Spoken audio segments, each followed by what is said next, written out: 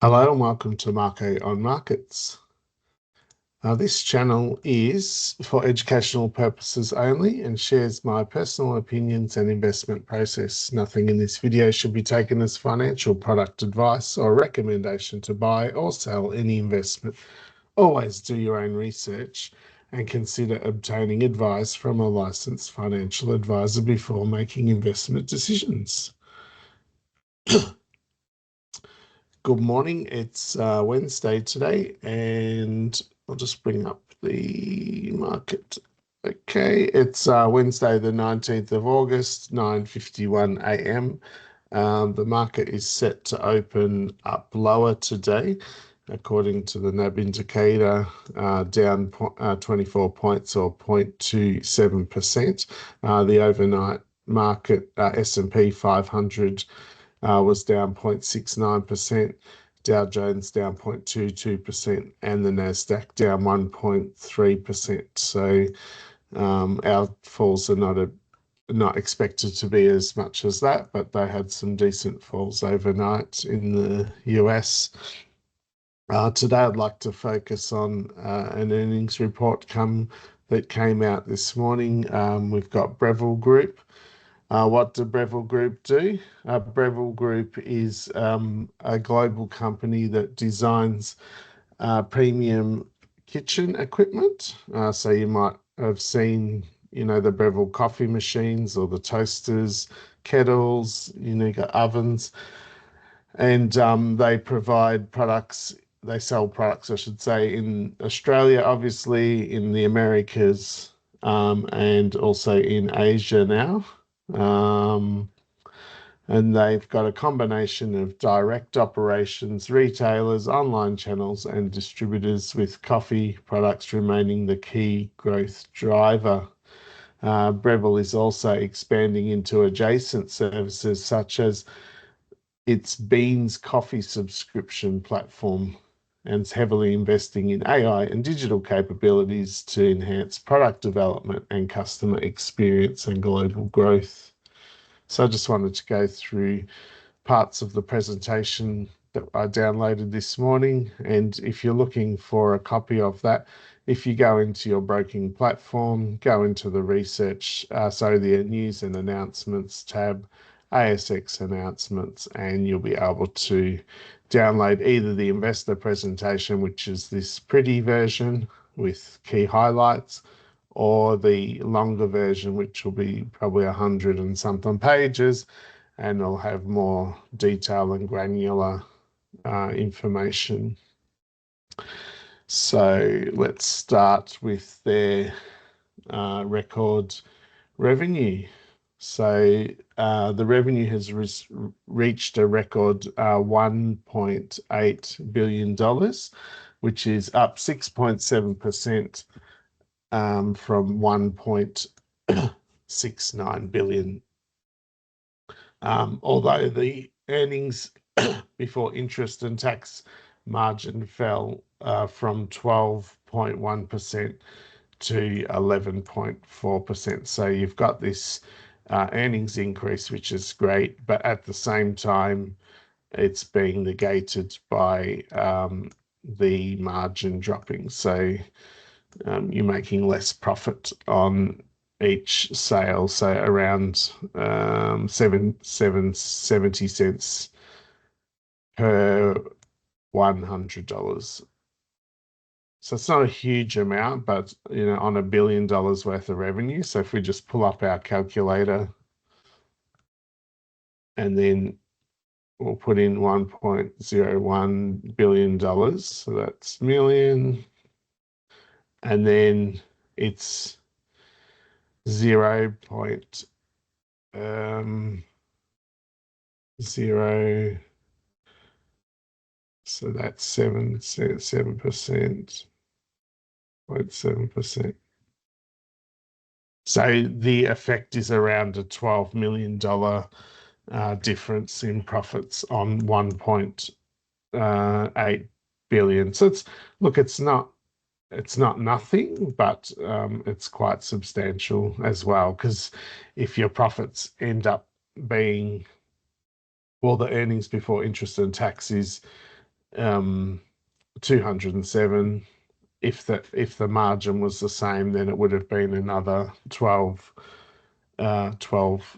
million dollars on top of that. So it would be 219. So 12 divided by 207. So it would have been 5% higher if they maintained the margin.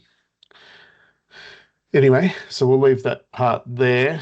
Then we've got on page 6, we've also got that the manufacturing diversification is improving profitability. So despite the tariff volatility and the supply chain challenges, the second half gross margin improved to 36.8%. Exceeding both the financial year 25 second half and financial year 26 first half levels, reflecting successful manufacturing diversification. So they have a fairly strong balance sheet and cash position. So just looking at this financial position summary.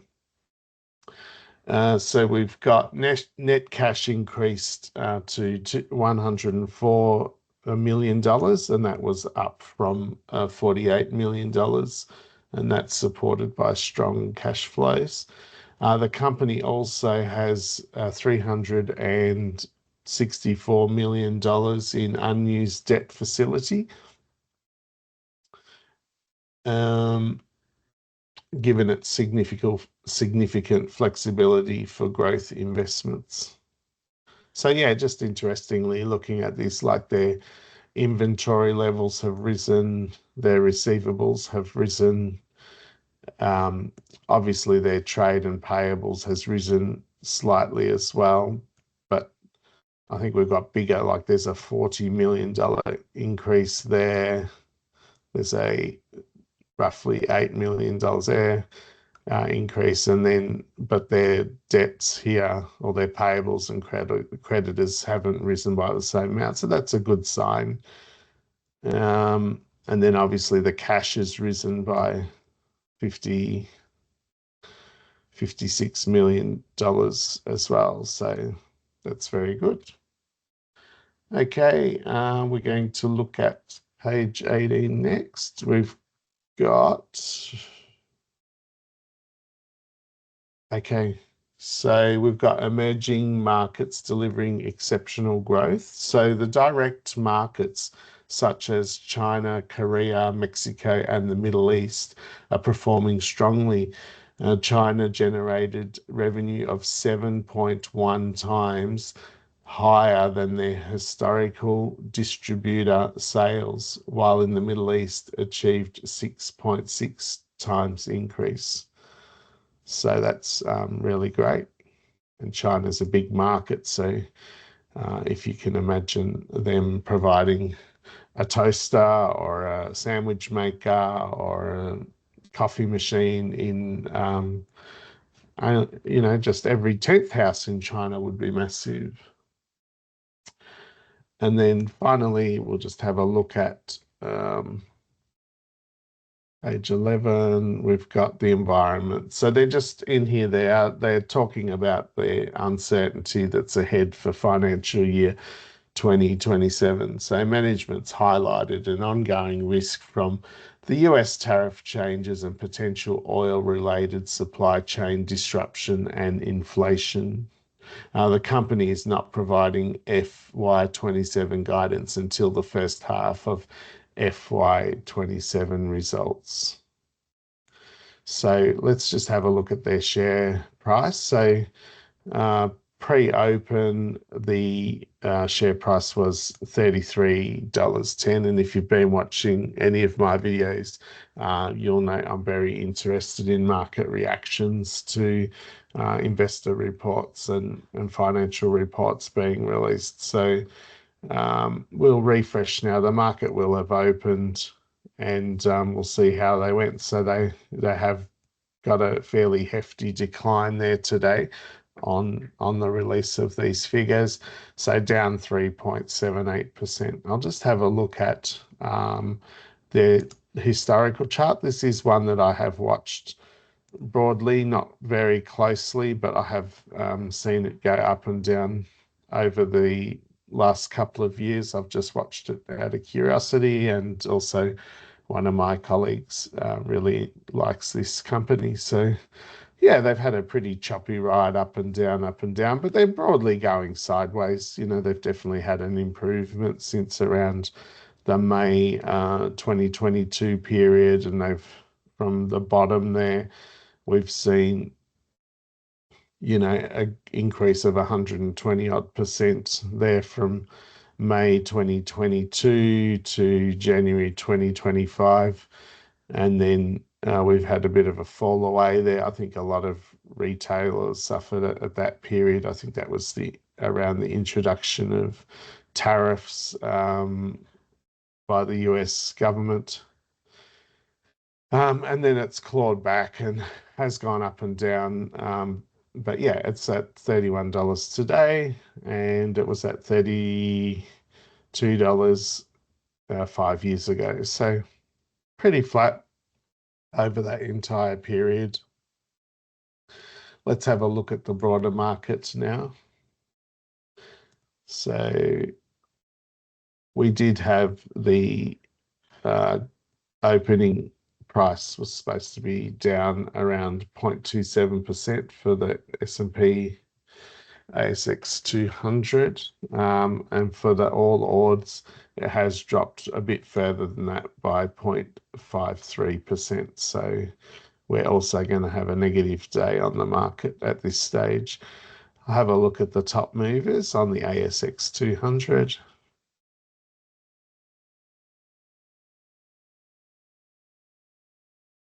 Rightio, so there's a few new ones here that we don't normally see. I see Breville's made the top 5 today. So we've got Nexus Energies down 5.23%. Deep Yellow is down 4.35%. They do uranium. We've got Catalyst Metals, which is a gold stock, down 4.22%. Bellevue Gold is down 3.61%, and Breville is down 4.14%, so it's dropped a bit further now. And definitely a bit of a gold theme going on there, gold and mining and minerals. So not great for that sector today. And let's have a look at the winners today. So interesting, we've got BlueScope Steel making the top 5. They had earnings release, I'm going to say 2 days ago now. Okay, so we've got leading the way is Stockland Corporation. They do real estate development. They're up a whopping 11.85%. Then we've got EBOS Group, which do pharmaceuticals. They're up 9.6%. Mirvac Group, which is a diversified REITs, which is land and property rentals, is up 6%. Mercury NZ Limited, which is electric utilities company, they're up 3.82%. And finally, BlueScope Steel up 2.62%. I'll just have a look at my approved watch list of companies that I'm interested in, and I might also throw in there a broader list that I follow. I'll merge those so we don't have to double up. So we've got Scentre Group down, sorry, not Scentre Group, that's Star Group. They do the Sydney Casino. That's down 3.5%. That's been a bit of a train wreck. Scentre Group, not Scentre Group, Accent Group, which is one of my stocks, is down 3.55%. That's not great. We've got BBM, which is Baby Bunting, down 2.3%, and Commonwealth down 2.2%. So that's also one of my stocks. So not having a good day. Let's have a look at the leaders. we've discussed BlueScope Steel, CSL. They had earnings yesterday and they were rewarded quite nicely. I think they went up around 18%, so they're getting another 2% today. The market definitely liking them. We've got JB Hi-Fi up 1.1% and Zero up 0.93%, and ABB, which is Aussie Broadband, that's up 1.3%. So I'll just have a look at my portfolio. I discovered, I mean, I knew it was there, but I've forgotten about it. But on NAB Trade, they have a virtual portfolio. So if you want to have a little play and pretend or paper trade, there's a little portfolio tracker in there, which is free, and you can set up your trade so you can give yourself a portion of money. In this case, I've got 4 trades of $40,000, and so the market value on that is 123,000. And I thought I would just use this going forward, except when I have a trade, then I'll revert to this market tracker on my Excel, just because it does live updating and it'll reduce some of the downside in the downtime in the video presentations with me refreshing pricing. So as you can see today, Commonwealth's down 2.08, Accent Group down 1.2%, which is improved from a few moments ago. So the market does bounce around quite a bit. Westpac is down 0.68, and Coles, I do have one that's doing better today, up 0.69%. And then you can see there at a quick glance of what my overall loss or gain is, and this doesn't take into account dividends on here, so we'll just keep that in mind.